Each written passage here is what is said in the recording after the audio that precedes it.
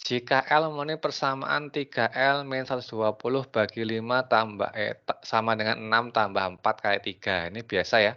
Operasi bilangan bulat biasa. Berarti tinggal kita operasikan yang lebih duluan ya. Kayak kurang sama bagi, kita operasikan yang bagi dulu.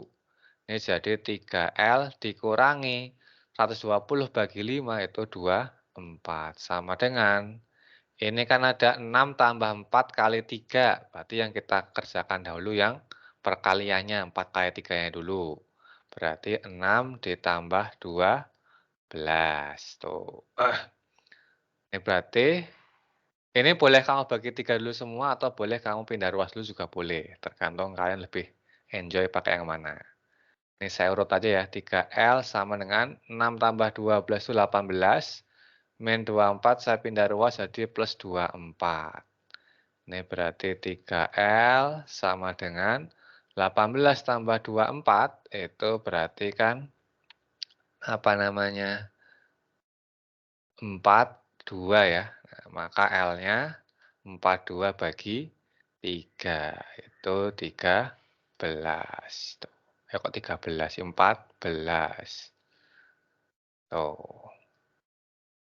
Yang nah, bisa dipahami ya. Atau bisa langsung dari sini nih. Ini kamu bagi 3 langsung biar nggak terlalu besar juga boleh nih. Ini bisa kamu bagi 3 di sini juga dulu boleh. Ini kalau kamu bagi 3 itu kan jadi L min 8 sama dengan, ya cukup ya. Ini kan L min 8 sama dengan 2 ditambah 4. Itu juga boleh. Jadi langsung dapat L-nya nanti. Ini kan kita dapat L sama dengan 6 tambah 8 itu 14 juga. Jelas ya, bisa dipahamin ya. Jadi tergantung Bisa. teman-teman. Bisa dibagi 3 langsung di awal karena kelipatan 3 semua. Atau biasa operasikan seperti biasa bilangan bulat juga boleh. Tuh. Bisa kita lanjut? Atau mau dicatat dulu? Atau nanti aja kali ya? Biar nggak kehabisan waktu nanti. Tapi kalau ada yang kurang jelas langsung ditanyakan aja. Nomor 1 masih gampang. Kita lanjut ke nomor 2 ya. Nomor 2. Hasil pengurangan 3X min 2Y per 5 dari. Nah, kalau ada kata dari, berarti kita kurangkan yang belakang kurangi yang depan. Ini boleh kamu kali pelangi dulu nih, biar lebih ringkas. Ini jadi 4X ditambah 6Y per 3 dikurangi. Ini jadi 6X min, kok 6X? 3X min 6Y ya.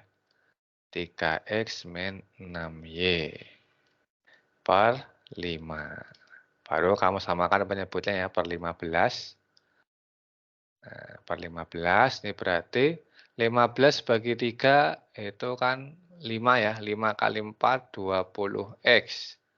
Ini 5 kali 6 itu 30Y.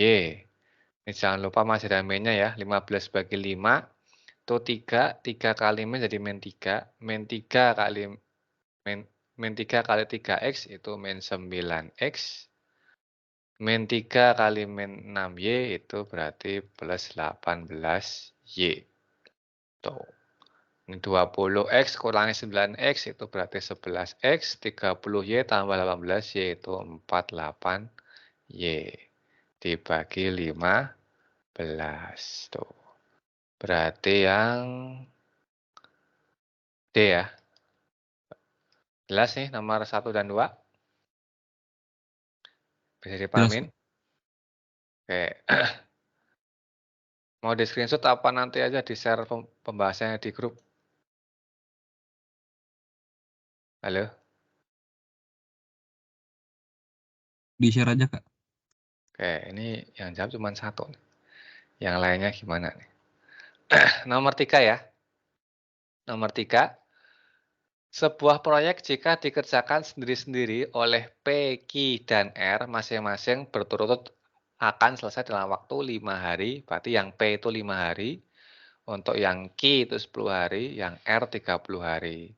Jika proyek dikerjakan mereka bersama-sama dengan total honor proyek itu 60 juta dan dibayarkan berdasarkan kecepatan mereka bekerja, maka besar honor yang diterima oleh R adalah, berarti kecepatannya kita tentukan dulu nih perbandingan kecepatannya ya. Kita tentukan perbandingan kecepatannya. Ini kan sama-sama mengerjakan satu proyek ya. Berarti kalau bersama-sama, nah kalau bersama-sama itu kan berarti si P ditambah Q ditambah R ya. Nah, ini berarti kan kecepatannya, apa namanya, salah ding. Bersama itu kan ini ya, P plus Q plus R kan, tapi nggak ke sini sih. Kita ke sini. Kita bandingkan kecepatan. Kecepatan itu kan, apa namanya, suatu pekerjaan dibagi waktu kan. Karena ini kan berupa proyek ya pekerjaannya. Pekerjaannya misalkan satu per waktunya. Untuk VP itu kan berarti satu pekerjaan dibagi berarti waktunya 5 hari. Kemudian Vicky itu berarti satu pekerjaan dibagi sama 10 hari. Sedangkan yang R itu satu pekerjaan selama 30 hari. Berarti kita samakan dulu penyebutnya biar dapat perbandingannya ya.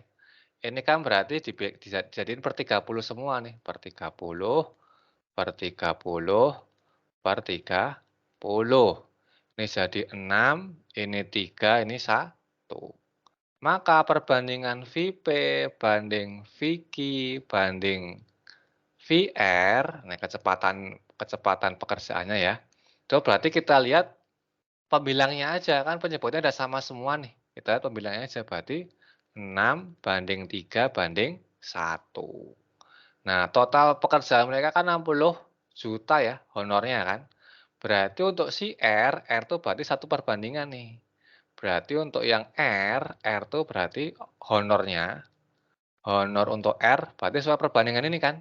6 banding 3 banding 1, berarti 1 ya. 1 per jumlah perbandingan kecepatannya. 6 tambah 3 tambah 1 dikali 60 juta. Gini aja ya biar cukup. Ini berarti 1/10 dikali 60 juta. Maka honor untuk si siapa nih, si R, itu berarti 6 juta. Yang A. Tuh. Bisa dipahamin? Atau ada yang masih bingung? Nomor 3. Bisa, Kak. Bisa, Kak. Oke. Kita lanjut ya. Nomor 4. Perhatikan algoritma yang disajikan pada diagram berikut nih. Nah, ini kemarin sempat keluar nih ya, tipe soal kayak gini di UTBK kemarin. Mulai P, kemudian Y sama dengan P plus 5, jika ganjil dia ke kiri, ke W, jika genap, kan tidak ganjil ya, berarti genap itu berarti ke Z.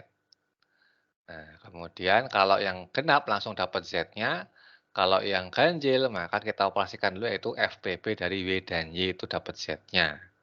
Nah, maka dapat Z-nya selesai. Keterangannya adalah FVB W, Y itu menyatakan faktor persekutuan terbesar dari W dan Y. Bilangan bulat positif K dan M dengan K-nya kurang dari 10 dan memenuhi kedua pernyataan berikut. Nah, yang ada K-nya itu berarti yang bagian ganjil ya, jika ketemu Y-nya ganjil. Jika Y-nya ganjil, maka kita ada K-nya. Ini kan kita nyari K-nya kan, sedangkan di sini nggak ada K-nya kan. Berarti kalau ketemu Y-nya genap, maka abaikan saja. Pertama nih, inputnya kalau P-nya 5 dulu ya. Kalau P sama dengan 5. 5 berarti kita dapat nilai Y-nya adalah 5 tambah 5. Itu 10, ternyata bilangan genap. Bilangan genap itu nggak memerlukan K kan, maka ini abaikan saja nih. Kita abaikan saja, abaikan. Jadi input P sama dengan 5 kita abaikan. Kemudian input P sama dengan 2. P sama dengan 2, itu berarti kan Y-nya itu sama dengan 2 ditambah 5. Nah, ini ganjil ya. 7 kan ganjil, berarti kita dapat nilai W-nya nih. W-nya itu sama dengan P, P-nya 7 ya, 7 dikali X, 7 kali Y, Y-nya salah. P-nya kok 7 sih, P-nya 2 ya, salah. P-nya 2. 2 dikali Y-nya 7 ditambah K atau 14 plus K. Nah, kemudian Z-nya di sini 7 nih. Z-nya 7. Z itu apa? FPB dari W dan Y. Ini tuh FPB dari W. W-nya kan tadi 14 plus K dan Y. Y-nya 7. Nah, berarti FPB dari 14 plus K dan 7. Berarti ini karena FPB-nya 7, ya kan? Otomatis 14 plus K harus kelipatan 7 juga. Ini harus kelipatan 7 juga. Supaya dapat FPB-nya 7. Ini kan udah 7 nih. 7 kan kelipatan 7. Berarti 14 plus K harus kelipatan 7. Berarti nilai K yang mungkin 14 plus K yang kelipatan 7 itu kan berarti bermulai dari 0 dulu ya. Kalau K-nya 0, ya kan? K-nya 0. Itu kan berarti 14 plus 0 itu 14. K-nya 0 nggak ada kan? Walaupun dia K-nya kurang dari 10 nih ya. Nah, tapi dia bilangan positif ya, maka K nggak mungkin. Sekarang kalau kelipatan 7 berikutnya berarti kan 14 plus K yang 21 dong. Ya kan? Berarti itu untuk K-nya sama dengan 7. Nah, ya udah, kalau berikutnya kan 14 plus K sama dengan 28. Nah, ini kan K-nya 14. 14 juga positif, tapi dia lebih dari 10 ya, maka tidak memenuhi. Maka kita ambil yang K-nya 7 aja. Yang D. Tuh. Bisa dipahamin? Kebayang nomor 4? Bayang nggak? Oke, yang lain gimana? Hana, Kesha, Yasmin? Yang baru-baru hadir? Bisa ngikutin ya. Kita lanjut. Nomor 5. Jadi nggak perlu malu-malu kalau mau langsung bertanya. Biar lebih jelas. Nomor 5. Pak Rizky menabung uang di sebuah bank sebesar 30 juta dengan bunga tunggal 6%. Jika selama N bulan uang Pak Rizky menjadi 31.500.000, maka tentukan hubungan antara P dan Q. Nah, ini kan berarti bunga tunggalnya 6% ya. Nah, kita tahu nih rumus apa namanya? Rumus bunga tunggal itu kayak aritmatika ya. Bunga tunggal itu rumusnya kayak aritmatika. Ini barisan aritmatika. Tuh.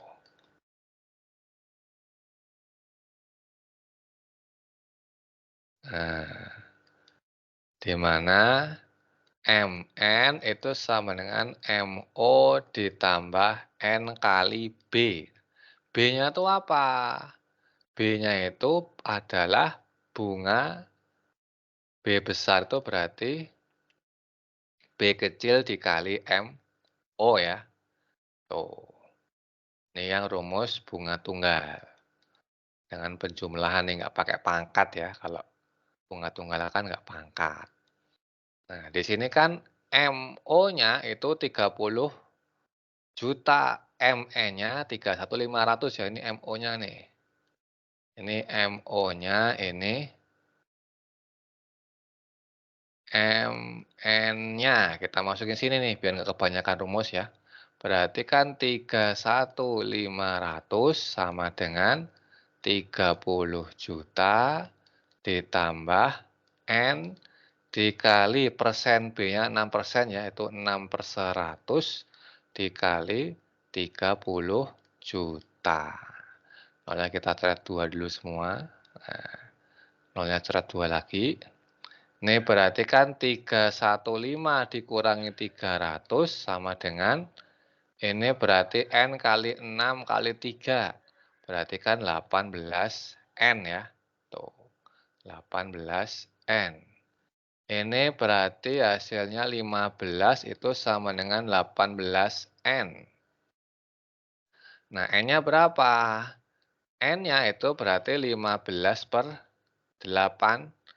15 per 18. Berapa tuh? Dibagi 3, 5 per 6. 5 per 6 itu ya nggak cukup. Nah, toh ini kan dalam tahun ya. Ini biasanya kan bunga tunggal itu dalam tahun nih. 5 per 6 itu pasti kan kurang dari 1 tahun nih kan.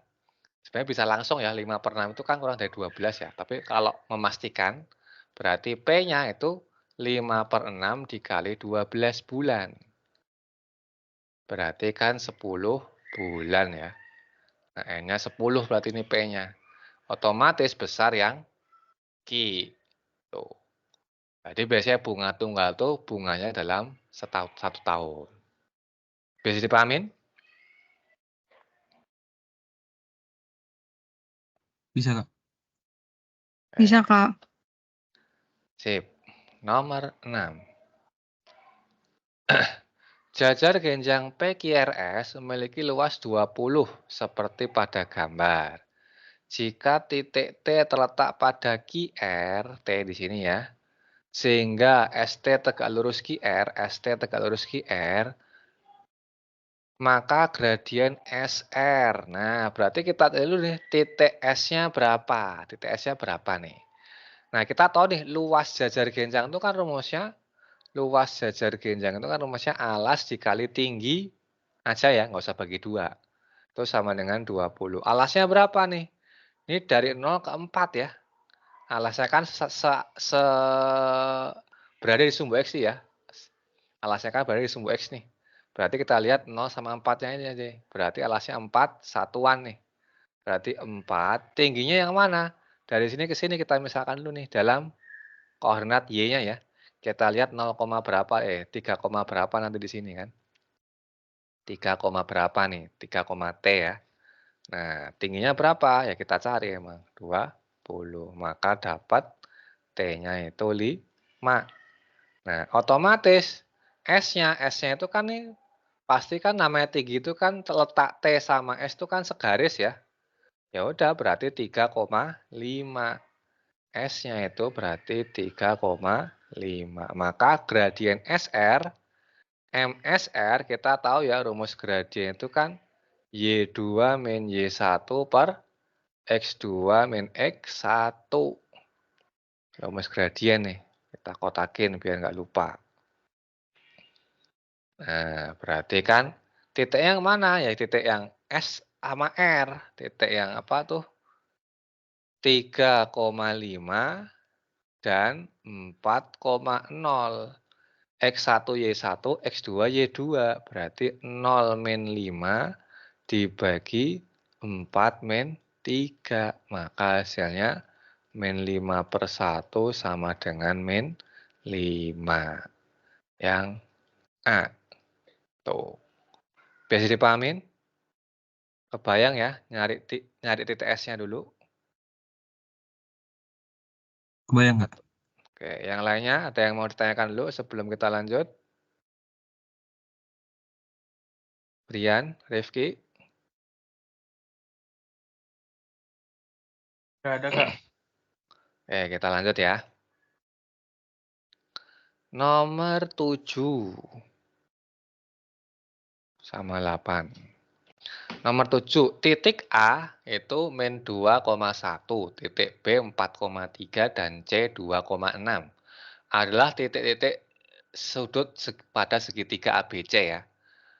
Persamaan garis tinggi segitiga melalui titik C. Berarti maksudnya gini, misalkan saya gambar segitiga dulu ya, biar kebayang. Saya gambar segitiga dulu. Nah, misalkan nih A, ini sketsa kasar aja ya. A, B, C. Berarti persamaan garis tinggi itu yang mana? Berarti yang ini nih. Nah, berarti kan dia tegak lurus AB ya. Melalui C. Artinya dia tegak lurus AB melalui C. Jadi garisnya itu garis tegak lurus AB dan melalui C. Nah, kenapa ke situ? Karena ini berhubungan sama persamaan garis lurus nih. Kita cari gradien dulu nih, gradien AB-nya. MAB itu berarti pakai rumus yang tadi ya. Y2 min Y1 berarti 3 min 1 dibagi 4 min 2. Nah, berarti 2 per 6 atau 1/3. Nah, gradien untuk garis C itu kan tegak lurus garis AB ya. Nah, kalau tegak lurus artinya apa? Artinya ini gradiennya kamu balik terus dikali min 1. Kan sifat kalau tegak lurus itu kan kalau gradien saya tegak lurus, itu kan M1 kali M2 dikali min 1 ya. Ini sifat gradien saya tegak lurus nih. Berarti cara gampangnya, kalau dapat satu gradiennya, itu tinggal kamu balik terus dikali min 1. Sifat garis yang tegak lurus nih. Nah, ya udah itu kan sepertiga dibalik jadi 3 ya. Karena ini positif dikali min 1 jadi min 3. Maka gradien garis C itu min 3. Dia melalui apa? Melalui titik C. C-nya 2,6.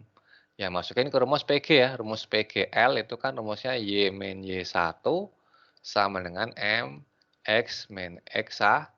Kalau diketahui gradien sama sebuah titik. Masukin ke rumusnya angka-angkanya. Berarti kan dapat Y min 6 sama dengan min 3 X min 2. Ini Y min 6 sama dengan min 3X plus 6. Ini pindah ke ruas kiri semua ya. X-nya dibikin positif kan. Berarti jadi 3X plus Y min 6 min 6 min 12 sama dengan 0 yang D. Tuh. Bisa dipahamin?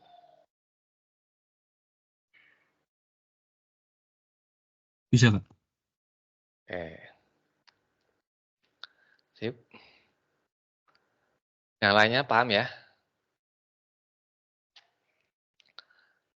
Udah, kita lanjut nomor 8. Ini fungsi komposisi nih, komposisi fungsi.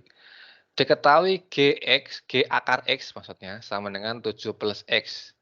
Dan Fx sama dengan 2X min 3. Maka fungsi komposisi GOFX. Biar nggak bingung dulu, ini atau langsung juga boleh, tapi biar nggak bingung, ini kita rubah jadi GX dulu ya. Ini kan G akar X itu kan ininya X ya. Berarti kalau GX berarti kan dikuadratin. Maka X ini kamu kuadratin juga. Jadi sama dengan 7 plus X kuadrat. Itu kalau GX. GOF itu kan senilai dengan GFX ya. Nah, GFX itu kan sama aja G 2X min 3.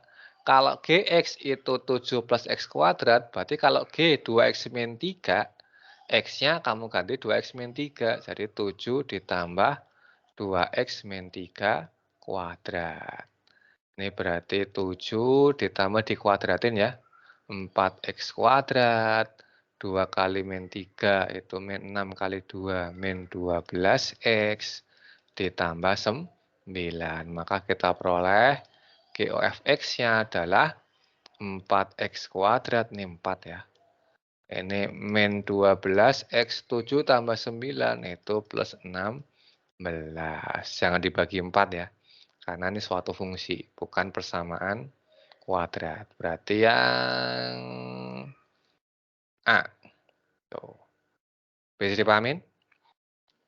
Atau ada yang mau tanyakan dulu? Bisa, Kak?